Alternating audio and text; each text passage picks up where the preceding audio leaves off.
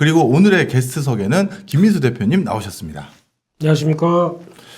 예, 김민수 대표님 일단 잘 먹겠습니다. 잘 마시겠습니다. 네, 예. 네. 다시 보기 하시면 아실 겁니다. 내용은. 네. 지난주 월요일에 저희가 소소하게 그냥 방송에 재미삼아 내기를 했는데 야, 그거 그냥 장난삼아 한 건데 그것도 있지 그렇죠. 않고. 야. 이게 세심한 네. 예, 사람이죠. 그리고 또 한번 사고 싶었습니다. 어휴. 같이 고생하시는데 또 시청자분들께도 사드리고 싶었고 네. 예, 죄송하지만 예. 랜선으로나마 네. 예, 사드리고 싶은 제 마음을 네. 전해드리고 싶고요. 알겠습니다. 네. 하여튼 진짜 잊지 않고 챙겨주셔서 아주 달달하게 좋은 커피 마시면서 오늘 유쾌하게 진행할 수 있을 것 같습니다.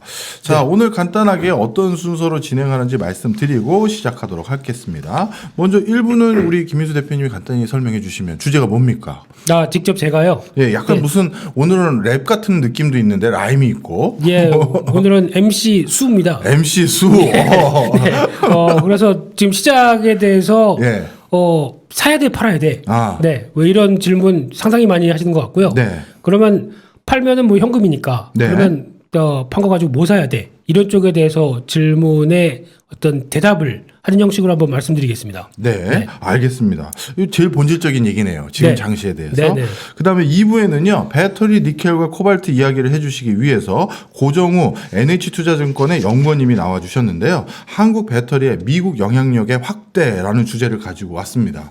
어떻게 보면 우리나라 이제 대표 업종이 앞으로 어떻게 변화될지에 대한 전망을 해주실 것 같고요. 특히 우리 고정우 애널리스트 분께서는 연합인포맥스가 선정한 금융대상에서 2차 전지 섹터에서 베스트 애널리스트로 선정되신 분입니다. 그래서 제가 아까 대기석에서도 짓궂은 질문으로 괴롭혀 드렸는데 명쾌한 대답을 해주셨어요. 표정 하나 안 변하시더라고요. 역시 내공이 좀. 그러니까요. 예. 이따 보시면 아실 거고요.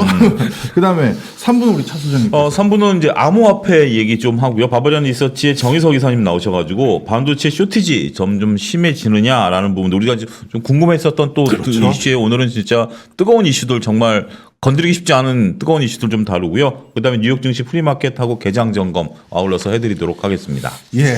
점점 우리 월요일 날 우리들을 잊지 않고 찾아주시는 분들이 많아져서 저희도 아까 대기석에서 아주 기쁜 마음에 또 이렇게 방송 스튜디오로 들어왔는데요. 네. 오늘도 벌써 시작하자마자 많은 분들이 대기하고 있고 또 응원차 재미있게 자주 듣습니다라고 해주셔서 다시 한번 감사드립니다. 자, 그러면 1부 자 시작하겠습니다. 대표님. 네. 사요 말아요.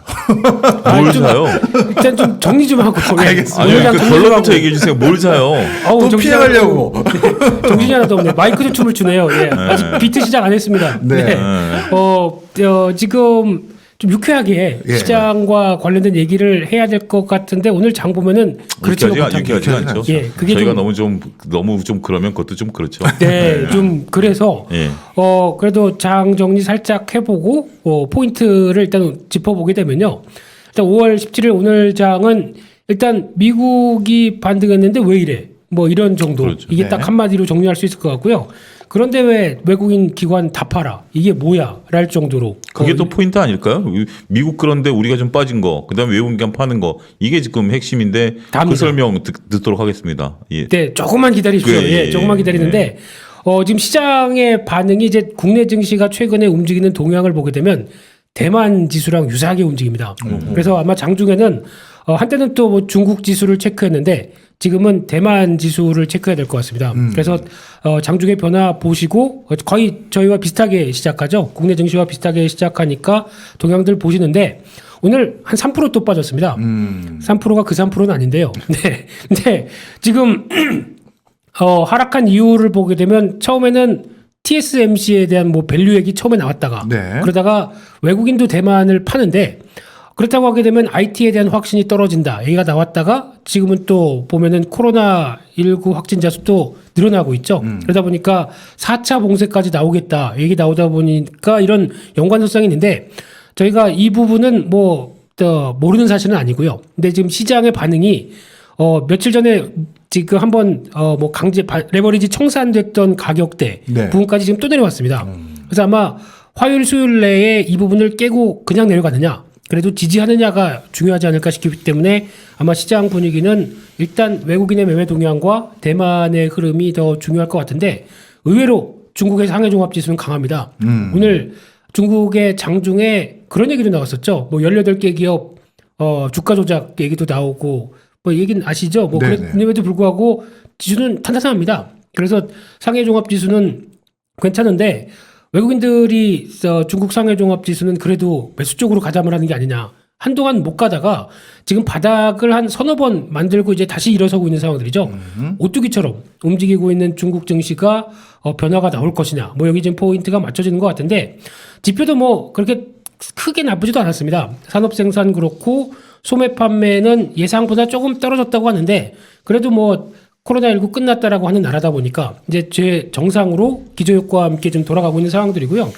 국내 증시 쪽에서 오늘 또 주도한 거는 그래도 여행, 항공, 엔터, 뭐 백신 이쪽이면은 코로나 이제 끝났나요? 네, 이런 쪽에 포인트가 맞춰지면서 이쪽에 대한 상대적으로 기관 매수세가 좀 더 돋보이고요. 이런 쪽에서 변화를 이끌었는데 오늘 또 반대로 철강화학 쪽은 이제 원자재 가격 따라서 움직이죠. 그중에서 화학은 또 논란이 되고 있는 게 네. 피크아웃이냐. 그러니까 단기 고점에서 흔들리는 거냐 이런 얘기 지금 상당히 많죠. 하지만 또 장 끝나고 애널리스트의 또 유명한 모 애널리스트가 네. 또 반박하고 그러면서 약간 지금 이슈화가 되고 있는 것 같은데 지나봐야 되겠죠. 살짝 좀 더 지나봐야 될 것 같고요. 그만큼 고점에서 변동이 커지는 이런 원자재 가격 가지고 변화가 나오고 있다고 보여지고 있는데 그러다 보니까 또 음식료 선별적인 종목 사료주 또 곡물가 올라가다 보니까 강했던 쪽이 약하고요.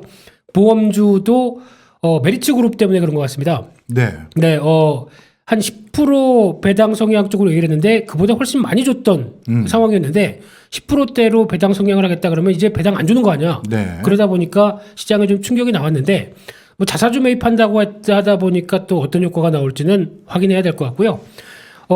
오늘 장은 너무 길게 정리했습니다. 내일 장은 잘 모르겠습니다. 네, 내일 장은 미국 시장 끝나는 거 보고 봐야 될 텐데, 근데 제가 뭐 해외 여행 영국에서 허용했다는 거 그냥 부러울 따름이고요. 더 중요한 게 제가 보기엔 이거 같습니다. 1분기 실적 발표가 이제 거의 다 오늘로서 마무리가 됐습니다. 오면서도 계속 이 부분 체크하고 그랬는데 혹시나 제가 알기로는 좀 나는 주식 좀 한다라고 하게 되면 나만의 툴이 있습니다. 네. 즉 실적 발표를 하게 되면은 네. 지금 발표되는 기업들 보다 보니까 1분기에 발표된 기업 제가 눈에 두드러진 실적 발표를 통해서 눈에 띄는 종목만 하더라도 제가 꼽은 게 한 230 종목 됩니다. 예. 네. 그러니까 즉 한 영업이익 10% 증가한 거는 명함도 못 내밀 정도입니다. 실적이 상당히 좋아진 회사들이 네, 많습니다. 근데 이게 이를 시점으로 시작해서 올해 계속 꾸준히 끌고 나갈 것인가가 가장 큰 관건이죠. 네. 그러다 보니까 내가 좀 주식 좀 한다라고 하게 되면 직접 이런 회사들 실적 발표한 거 보고 사업 보고서 확인하면서 어떤 식의 변화가 가져왔는지 이런 것들 한번 코멘트로 한번 적어보고 그리고 주가도 추적해보고 그에 따라서 뭐 이왕이면 수급 붙는 게 좋겠죠. 네. 이런 것들을 한번 정리해 나가시는 게 주식을 잘하는 비결입니다. 그래서 그런 저도 하고 있는데 잘하고 싶어서요. 근데 하고 있는데 이런 나름대로 뭐 엑셀 정리라든가 아니면 뭐 노트에 적는다든가 하면서 나만의 자료 만들어가는 거 특히 이런 실적 발표 시즌에는 다음 달 15일 전후죠. 이때는 상당히 좀 바삐 움직이셔야 된다라는 쪽으로 말씀드리고 싶고요. 다른 것보다 이게 더 중요합니다. 그러니까 여기서 한 가지 그냥 이거 좀 네. 돌발 질문인데 저 실적 발표하면 보통 네. 이제 김희수 대표님처럼 부지런하신 분들은 이게 다 정리를 하시는데 네. 그러니까 일반 분들이 많이 저런 걸 질문하세요. 어디 네. 좀 과거에는 뭐 사이트에서 저거를 정리해가지고 엑셀을 뿌려줬었는데 네. 그걸 막아놨더라고요. 네. 그러니까 요즘 혹시 어디 뭐 모아놓은 사이트 같은 거 공개된 건 없을까요? 그런 거는 보시면 안 됩니다. 자기가 직접 하셔야 됩니다. 예. 제가 보기에는 어디서 그러니까 그러니까 이제 뭐 차이가 개인 있냐면 사이트 말고 이건 네. 공식 사이트에서 하나 이렇게 무슨 뭐 사이트인지는 알고 예, 있는데 예, 예. 예, 거기도 한번 그러니까 제가 지난 작년 같은 경우 보게 되면 예. 데이터가 틀린 것도 나옵니다. 아, 네, 그러다 예. 보니까 직접 확인하고 실적 구분해보고 이를 토대로 올해 12개월 선행 PR이 얼마인지 또 한번 계산해보고 이런 직접 과정을 거치셔야 내게 됩니다.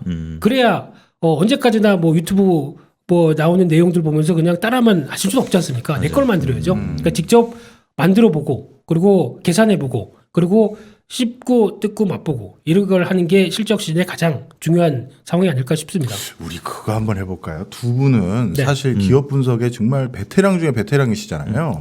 그래서 두 분을 모셔놓고 네. 우리가 특집 방송으로 네. 기업 분석 따라잡기, 따라하기 해가지고 한번 엑셀로 정리하시는 모습이라든가 하나 회사를 잡아가지고 네. 그리고 우리 또 소장님도 한번 해주시고 네. 그래서 이런 방법으로 좀 이렇게 기업을 분석하면 좋다. 좋죠. 아 이런 것도 재밌을 것 같아요. 혹시 채팅창에서 좋아요 10개가 넘어간다 하겠습니다. 네. 혹시 아 지금 오늘 재밌다고 난리세요 지금. 그러니까 그런 게 현실적이니까 직접 네. 하는 거 이렇게 시연해가면서 맞아요. 네. 좋습니다. 예, 하다가 너무 피곤하면 졸 수도 있고 막 뒷목 만질 수도 있고 예. 지금 벌써 좋아요, 짝짝짝 좋아요, 너무 좋아요, 좋아요 다 지금 몇 개가 올라왔는데. 10개 넘습니까? 지금 여섯, 여덟, 딱 10개 딱 고맙습니다. 10개. 예, 갑니다. 가겠습니다. 예. 아 진짜 한번, 예. 진짜 우리 연합 인포맥스 라이브에서 네. 한번 또 특집 방송이라고 해야 될까요? 기업 분석하는 거. 네, 네. 그거 한번 해도 거, 좋겠네요. 네, 한번 그 마련해 주시면 네. 예, 한번 해보겠습니다. 판만 깔아주시면 하죠. 뭐. 네. 네, 한번 깔아보겠습니다. 네. 네. 뭐 제가 권한도한테 막 던지고 본부장님 아니셨어요? 아니에요. 예. 저도 여기 그냥 놀러 오는 사람이에요. 아, 그러시군요. 예. 자, 알겠습니다. 그러면 네. 자 이렇게 넘어가지 마시고 이제 본 게임을 해주셔야죠. 네, 이제 지금 게임. 아까부터 계속 네. 올라왔습니다. 네. 사요, 뭘 사요, 아니면 뭘 팔아요. 아, 네, 이제 본 게임 들어가겠습니다. 네. 이제 게임을 시작하지. 네. 이제 그거죠. 네, 들어가겠습니다. 그래서 요즘 가장 또 많이 나오는 얘기부터 시작을 해야 될 것 같고요. 이런 얘기부터 뭐 다 아시는 내용일 겁니다. 근데 하나 이제 또 시장에서 가장 뜨거운 이슈고 이를 어떻게 해석하느냐라는 부분이다 보니까 뭐 많이들 들으시는 얘기 빼고 제가 드리고 싶은 얘기 중심으로 말씀드리게 되면요. 일단 지금 레이 달리오라고 하는 유명하신 분이죠. 그렇죠. 네, 소장님께서 존경하시는 분. 네, 이분이 그래도 어떤 경제 사이클을 이렇게 딱 만들어 놨는데 여기서 가장 중요한 게 인플레이션에 대한 방향과 그러니까 즉 인플레이션이 강화되느냐 그리고 또 성장이 어느 쪽으로 가느냐에 따라서 가장 이제 크게 구분을 하셔야 되는데 일단 지금까지 시장은 그랬습니다. 즉 성장도 제대로 못 나오고 인플레이션도 제대로 반영 안 되다 보니까 디플레이션 때문에 고생을 많이 했던 코로나 이전에 네. 그래서 돈은 푸는데 아직 변화가 없다 이런 쪽에서 이제 변화가 코로나19 때 나오는 여러 가지 모멘텀으로 지금 바뀌기 시작합니다. 네. 가장 큰 축이 그래서 지금 인플레이션과 뭐 디스인플레이션 그래서 즉 이 표현을 어떻게 해석해야 되냐면은 인플레이션이 너무 급하게 나오다 보니까 이를 조절하기 위해서 정부가 그리고 글로벌 중앙은행이 어떤 역할을 할 것이다 라는 쪽에 대한 압박들의 흐름들이 이쪽으로 나오는 부분들이고 인플레이션이 더 강화된다 라는 쪽인데 제가 보기에는 이런 거 가지고 이제 시장이 지금 뭐 원자재 가격들이 이만큼 올라가다 보니까 또 잠시 꺾이느냐 아니면 더 가느냐 논란도 많을 겁니다. 그렇죠. 근데 여기서 가장 큰 핵심은 제가 보기엔 이거 아닐까 싶습니다. growth. 바로 죄송합니다. 침 튀었습니다. 죄송합니다. 성장이라는 관점들. 그러니까 즉 과거에는 회복을 거쳐서 성장으로 가는 관점에서 이를 이제 왔다 갔다 하는 기조가 나오겠죠. 그러니까 즉 글로벌 너무 급하면 글로벌 정부가 액션을 취할 것이다. 아니다. 인플레이션은 계속 그래도 꾸준히 이어진다. 이런 쪽으로 왔다 갔다 하는 구조 쪽에서 이제 어떻게 보면 투자 심리가 갈팡질팡하는 거죠. 네. 이렇게 너무 올라가는 거 그냥 둘까? 아니면은 자율적으로 또 조정이 나올까? 뭐 이런 원자재 가격 동향과 함께 춤을 추기 시작을 합니다. 그러면 이게 아마 심리적인 기대 요인도 크게 가세가 되겠죠. 대표적으로 요즘 보면은 중국의 벤더들이 그런 역할을 많이 한다고 그러죠. 특히 지금 이제 물건을 찍어내서 만들어야 되는데 네. 여기저기서 쇼티지 얘기 들립니다. 그러면 내가 물건을 만드는 공장장의 입장 쪽으로는 어떻게 해야 될까요?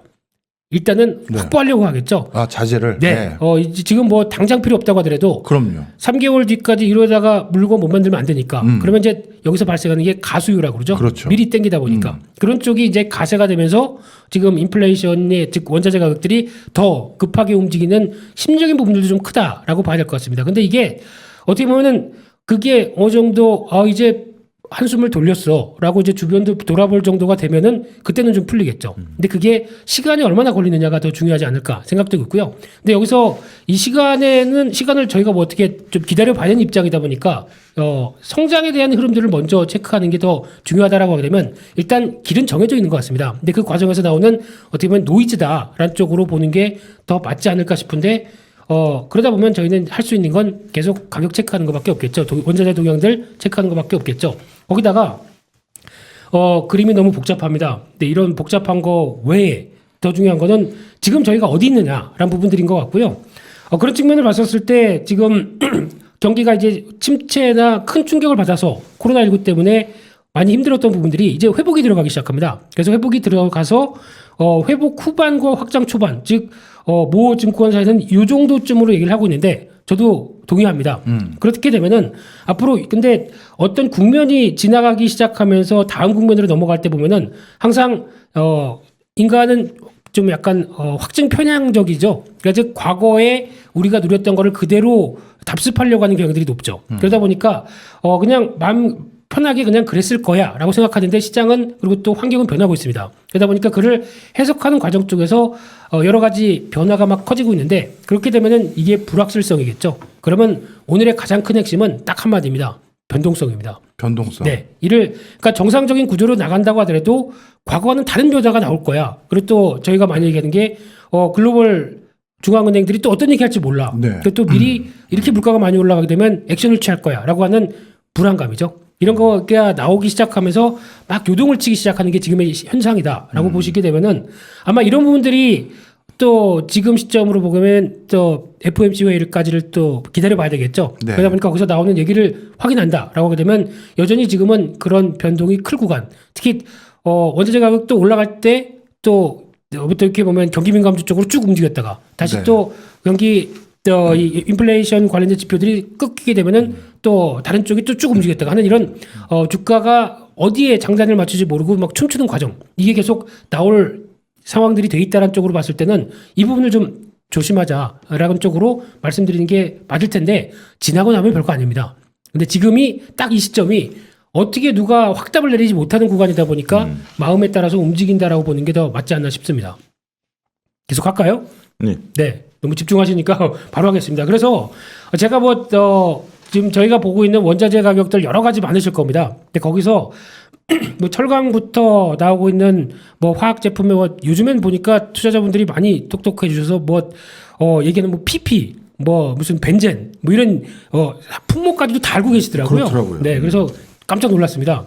근데 아마 이런 부분들보다 가장 중요한 인플레이션의 바로미터는 저는 유가라고 생각합니다. 유가를 계속 관찰하면서 인플레이션에 대한 흐름들이 시장에 어떻게 작용하는지 이거를 가장 크게 접근하는 게 맞다고 봐야 될 것 같고요. 그러다 보니까 이제 유가를 봤었을 때 지금 기준으로 보게 되면 약 한 65달러대 이상으로 넘어가게 되면은 딱 봤었을 때 코로나19 이전 때 가격대를 다시 안착하는 게 65달러대입니다. 그러니까 그 이상으로 가게 되면 코로나19 다 회복해서 이제 좀 더 확장된 시장의 변화를 가져가겠다라고 보여지고 있는데 이 부분이 지금 시장은 유가가 움직이기 시작하게 되면 부담이 되죠. 네. 그렇기 때문에 아마 이 이상으로 올라가게 되면은 시장이 물가 더 올라가는 거 아니야?라고 하는 불안감들이 더 커질 수 있습니다. 네. 그래서 반대로 말씀드리게 되면 이게 월봉이고 이 일봉입니다. 그러면은 지금 유가가 추세적인 흐름들로 약간 이제 수렴이 가기 시작하죠. 그래서 정상적인 아마 시장의 안도감을 일으키기 위해서는 유가가 지금 나오고 있는 가격대 약 한 63달러대가 이탈돼서 한 60달러대 초반 정도까지 확인이 되는 구간이 나와야 그래도마 인플레이션에 대한 압력들이 너무 이슈가 되는 부분들이 좀 잦아들지 않을까라는 생각이 듭니다. 이게 왜 또 중요하냐면은 이제 기업 입장으로 보게 되면은 인플레이션이 꾸준히 확인이 되면서 물가가 올라가는 거는 기업 입장 쪽에서는 좋은 겁니다. 네. 그런데 이렇게 급하게 올라가게 되면 어떤 현상이 나오냐면 인플레이션의 부의 효과죠. 즉 비용이 많이 늘어납니다. 이번 같은 경우도 해운 운임이 급등한다라고 하게 되면은 기업 입장으로 보게 되면은 해운사가 아닌 다른 제조업체를 보게 되면은 그만큼 운임 더 줘야 되죠. 네. 그렇게 되면은 저희가 알고 있는 실적이 좋아지는 구조가 나온다고 하더라도 비용을 많이 깎아 먹습니다. 그럼 이런 부분들이 반영이 되면서 2분기 때는 과연 저희가 알고 있는 실적만큼 좋아질까요? 라는 의문들이 지금 나오기 시작하는 부분이죠. 그렇죠. 그러니까 지금 급하게 인플레이션이 작용한다라고 하게 되면 이런 비용이 늘어나는 부분에 대한 기업 실적들도 아무래도 우려감이 깔릴 수가 있기 때문에 시장이 약간 환호할 수 없는 부분들 쪽이 지금 나오고 있다는 게 가장 큰 정설이 아닌가 싶습니다. 그래서요. 다음은 어떻게 진행이 됩니까? 그래서 저도 지금 그 단어만 기다리고 있어요. 사요 팔아요. 예, 예. 자, 계속 들어드리고 예, 있습니다. 일단, 자, 예. 또 해보세요.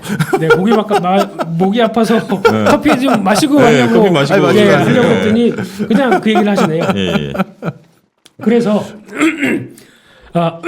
그래서 가장 중요한 게 사야 돼 팔아야 돼 하고 지금 저한테 얘기를 하시면은 저는 한 일주일 전부터 그랬습니다. 네. 한 지난주부터 파시란 쪽에 무게를 들었습니다.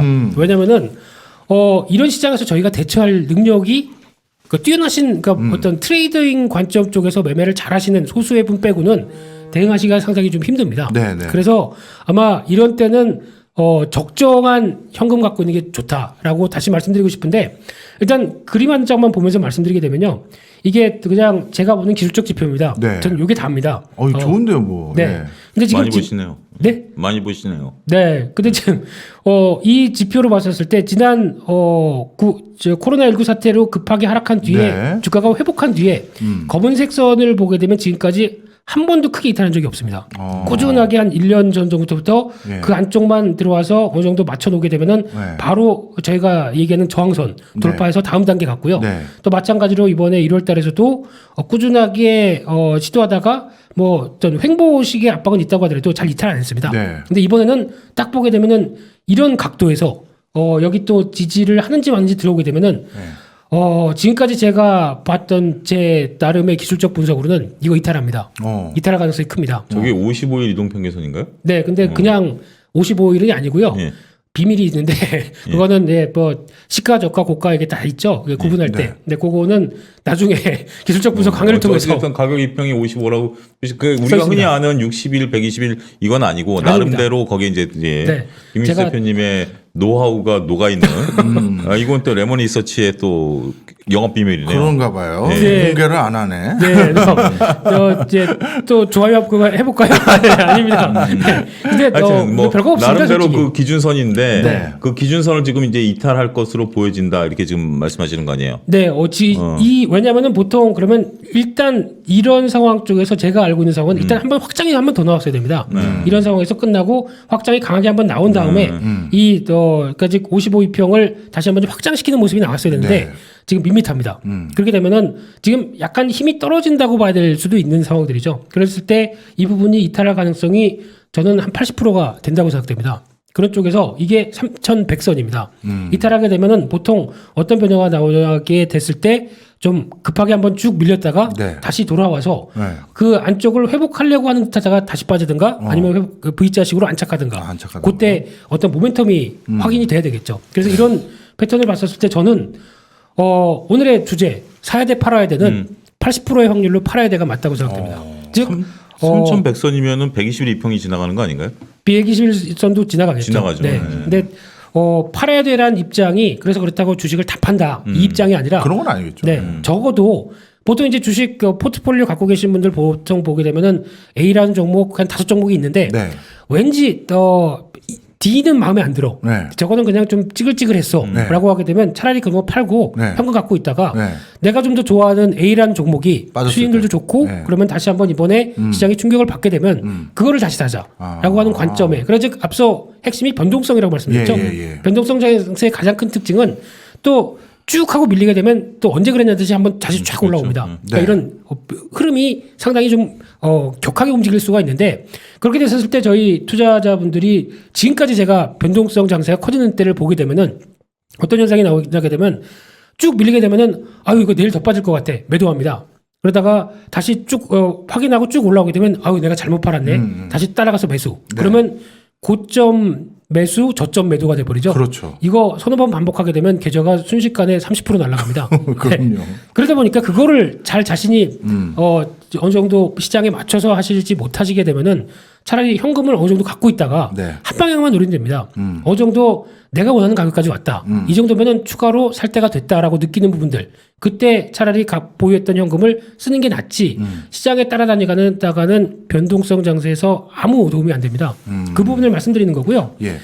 여기까지 질문이 좀 몇 개 있어서 네, 질문 네, 좀 받으면 첫 번째 질문은 우리 김민수 대표님께만 드려야 되고 네. 두 번째 질문은 두 분께 드려보겠습니다. 첫 번째 질문은 강큐님이 네. 요즘 월요일에 두 분 팬들이 정말 우리 채팅방에 많이 들어오세요. 진짜로. 아, 예. 우리 뭐 차영조 소장님 오늘만 6번째 봤다 이런 분들부터 해서 이야, 그리고 김민수 대표님도 마찬가지인데 우리 강표님께서 김민수 대표님 지난번엔 사모님께 보고하시고 더 투입하실 거라고 하더니 네네네. 오늘은 조심하다고 의견을 주셔서 저는 100% 공감입니다 했는데 네.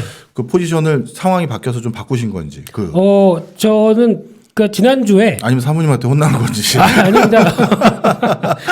의외로 만약에 또 네. 그때 내용 그때쯤 시점과 비교를 해보게 되면 네.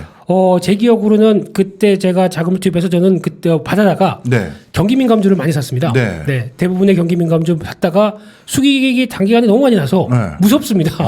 네, 그래서 한 대부분 팔고 네. 일단 상환했습니다. 아하. 근데 거기에 나오는 이자가 너무 세다 보니까 네. 내가 수익이 났는지 안 났는지 모르겠습니다.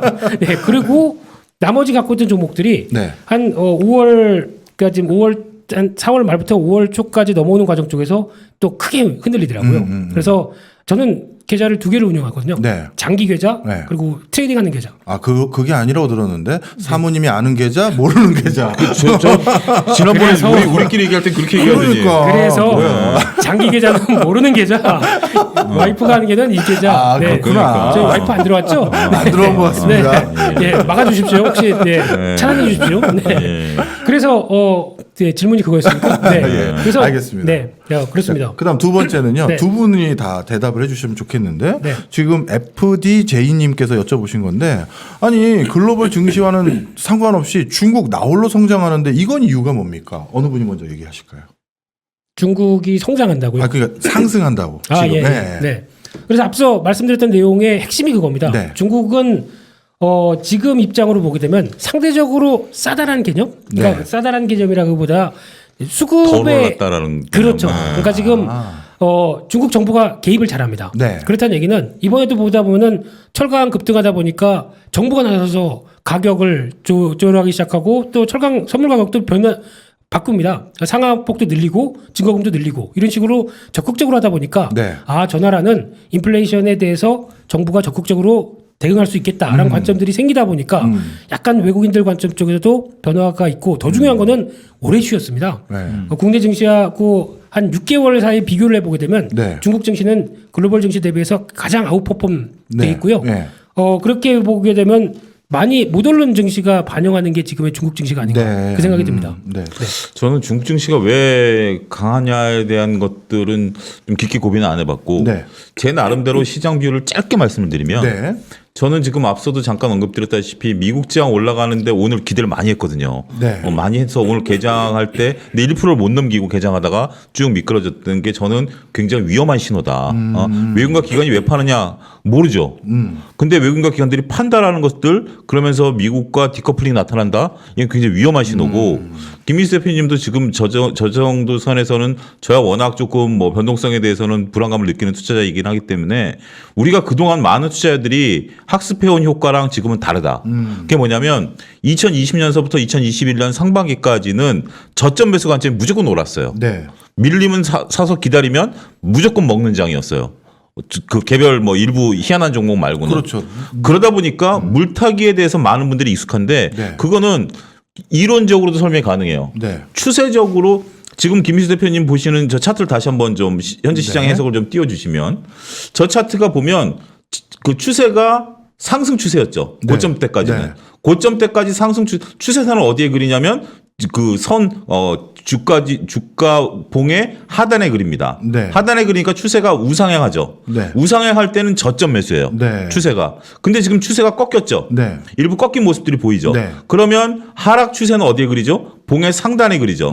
그때는 저점 매수가 아니라 네. 고점 매도예요.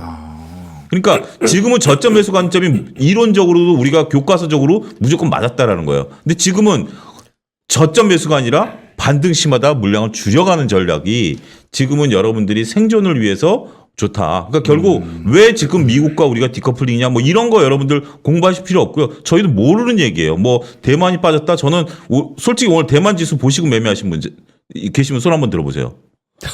제가 그 채팅창이 아 그건 그러니까 어떻게 보입니까? 그런 것처럼 저도 대만 지수 나중에 끝나고 나니까 대만 지수 빠진 거 봤듯이 네. 외국인과 기관이 대만 보고 팔았을 수도 있죠. 외국인들은 네, 네. 팔았을 그렇죠. 수도 있죠. 그럴 수 근데 있죠. 네. 개인들이 샀음에도 불구하고 못 땡겼다라는 것은 그만큼 여력이 줄어들었다라는 거기 때문에 저는 전반적으로 김민수 대표님하고 좀 약간 결은 다릅니다만 전반적인 투자 의견은 거의 대동소이합니다.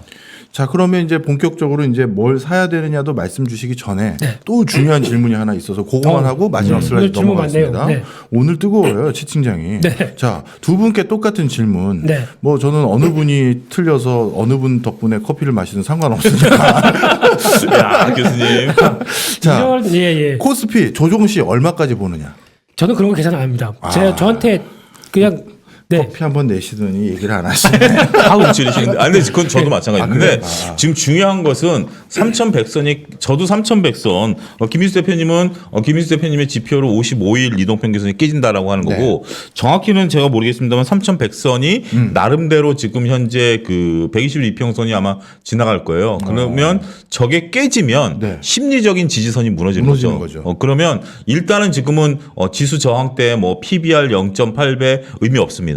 일단 심리가 확 밀릴 때는 일단은 밀리는 걸 좀 봐야죠. 밀리는 걸 좀 보다가 그러한 추세 지금 저거 밀리면 저거 나오잖아요. 신용 매물 나오잖아요. 네. 거기서 이제 추가적으로 하나만 더 말씀드리게 되면은 지금 외국인들이 왜 팔까요?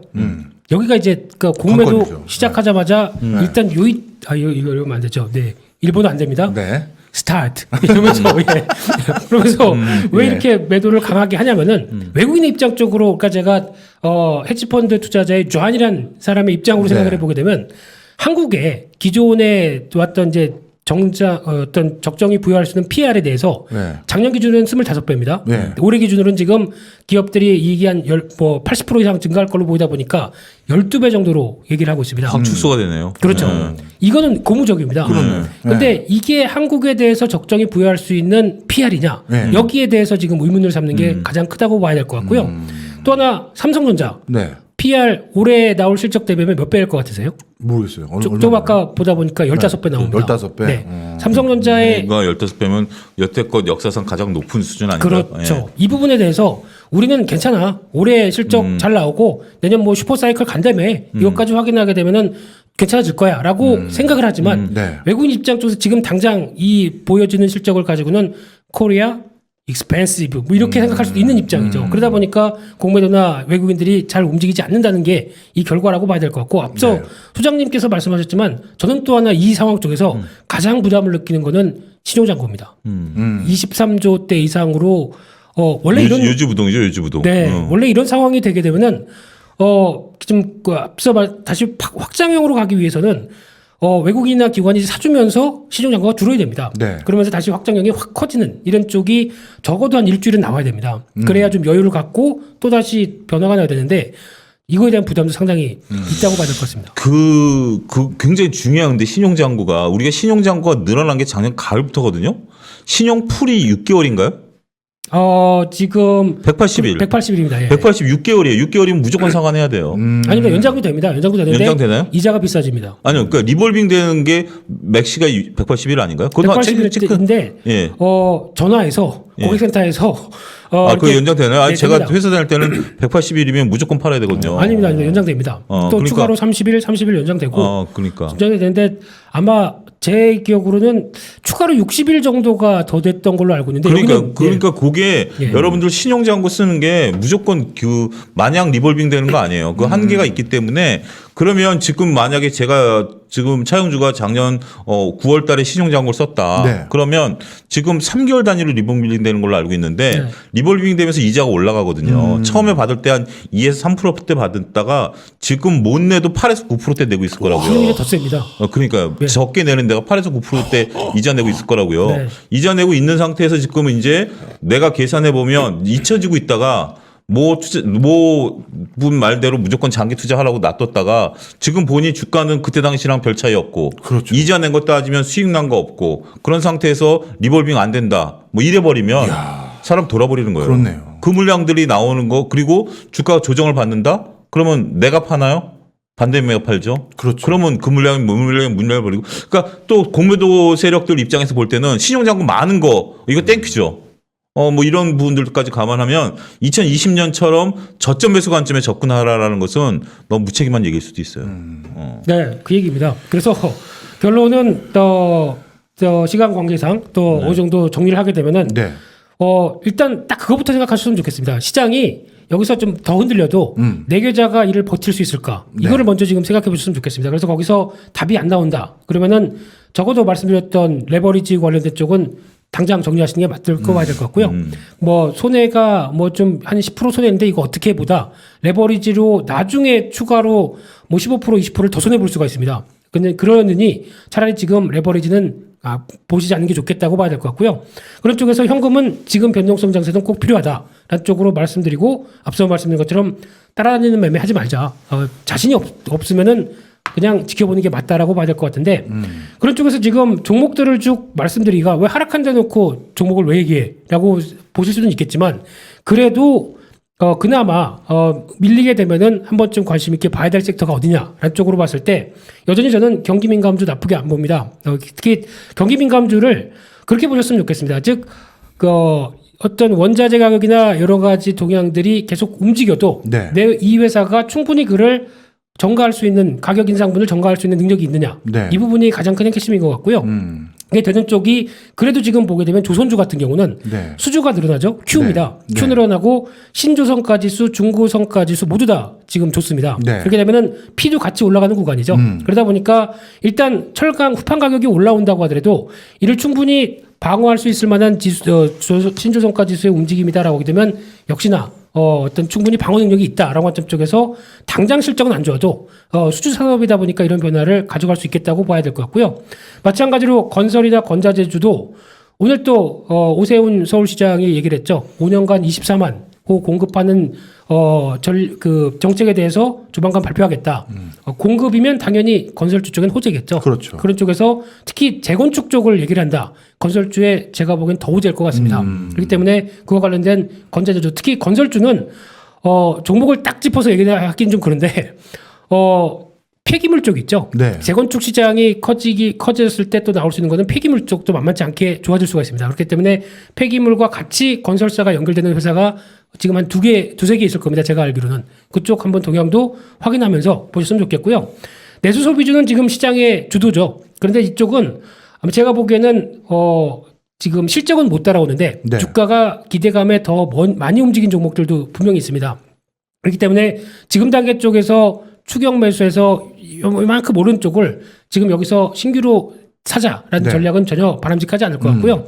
흔들리게 됐을 때는 다시 관심은 높은데 그중에서 화장품주 눈여겨보셨으면 좋겠습니다. 화장품주 4월달 수출을 보니까 어마무시합니다. 과거에 지금 기존의 코로나19 때도 보여줬던 4월달보다도 이만큼 실적이 더 좋아지는 지표가 나왔는데 그러다 보니까 최근 들어서 뭐 아모레퍼시픽 같은 경우 구조조정 잘 끝내고 그래도 꾸준히 움직이는 배경이 이런 게 네. 있다고 봐야 될 것 같고요.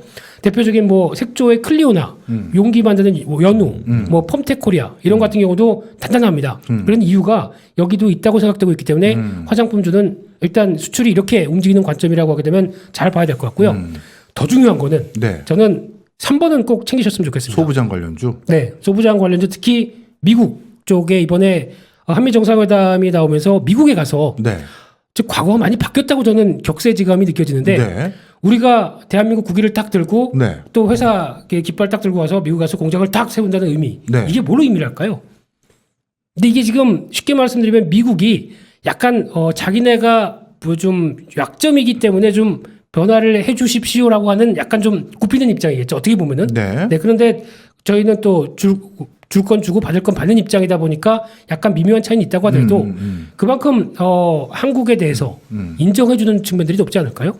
그렇게 되면은 아마 이제 또 하나 기업 입장으로 보게 되면은 미국에 가서 반도체 같은 경우도 마찬가지로 증설을 한다. 그리고 또 새로 공장을 만든다는 얘기는 그만큼 앞으로 캐파가 더 늘린다는 얘기입니다. 네. 근데 지금 반도체나 전기차나 마찬가지로 이게 시장이 여기서 끝날 시장이 아니죠. 앞으로 가면은 더 많이 수요가 늘어날 시장이죠. 네. 그런 관점 쪽에서 미국에 가서 새로운 신규로 공급원을 한다라는 쪽이면은 제가 보기에는 앞으로 한국 K 반도체는 더 큰 기회가 높다고 생각됩니다. 그러면 그와 관련돼서 물론 생산은 삼성전자, 뭐 SK 하이닉스도 물론 여기저기서 하겠지만은 그에 따라서 같이 설비가 증가되고 그에 따라서 소재도 같이 늘려야 되고 하는 대표적인 회사들 같은 경우는 상당히 기회율이 높다. 특히 이번에 반도체 관련된 종목들 대부분 아시는 종목들 한번 실적 한번 쳐보십시오. 장난이 아닙니다. 이런 쪽에 대한 변화가 계속 갈 수 있게 장을 열어줬다라고 하게 되면은 반도체 소부장, 2차 전지 쪽은 아직 잘 모르겠습니다. 좀 비쌉니다. 네, 그렇기 때문에 아직 확신이 쓰는 쪽은 없고요. 반대쪽 쪽은 확실한 것 같고 특히 전기차, 친환경차 쪽의 소부장 이쪽도 특히 현대차를 필두로 해서 나올 수 있는 벌써 지금 전기차 쪽으로 전환돼서 1분기 때 실적 나오는 회사들이 한 10개 정도는 있습니다. 네. 이런 쪽은 앞으로 기회윤들이 높이라고 봐야 되겠죠. 이런 것들을 챙기시면서 흔들리면은 이런 종목들로 담아오시는 게 좋겠다라고 보는데 일단 지금은 변동성 관리하자 이렇게 말씀드리겠습니다. 우리 차 소장님은 덧붙이실 얘기는? 예, 아니요, 뭐 특별하게 전반적인 의견 좋고요. 약간의 뭐 생각이 다른 부분들이야. 뭐 워낙 저랑 김희수 대표랑 안 맞는 사람들이니까 뭐 이해한다 치더라도 전체적으로 다 뭐 예, 지금 뭘 사야 돼, 뭘 팔아야 되는 또 뭐예요? 집중적으로? 뭘 팔아야 되는 이제 그거는 개인적인 성향의 개인적인 경향. 움직임이 아까 아닐까요? 말씀은 뭐 A, B, C, D 중에서 덜 떨어지는 놈들을 일단 정리하고 그거는 현금 본인이 더 잘하실 겁니다. 그렇죠. 네. 그럼 뭐 마무리 멘트는 제가 좀 해볼까요? 네. 뭐 제 친구들 중에서 이제 외국계 근무하는 친구들 네. 의 상황을 제가 한번 네, 네. 보면 그냥 그들도 직장인이란 말이에요. 아, 그렇죠. 그래가지고 네. 그리고 사실 더 정확하게 말하면 이제 계약직이죠. 뭔지 아시지 않습니까? 네. 성과 안 나면 아웃이거든요. 네. 외국계는 그게 또 칼이고 그렇죠. 그러다 보니까 그 심리도 있더라고요. 한국 주식이 작년부터 지금까지 꽤 달려왔잖아요. 네. 올랐잖아요.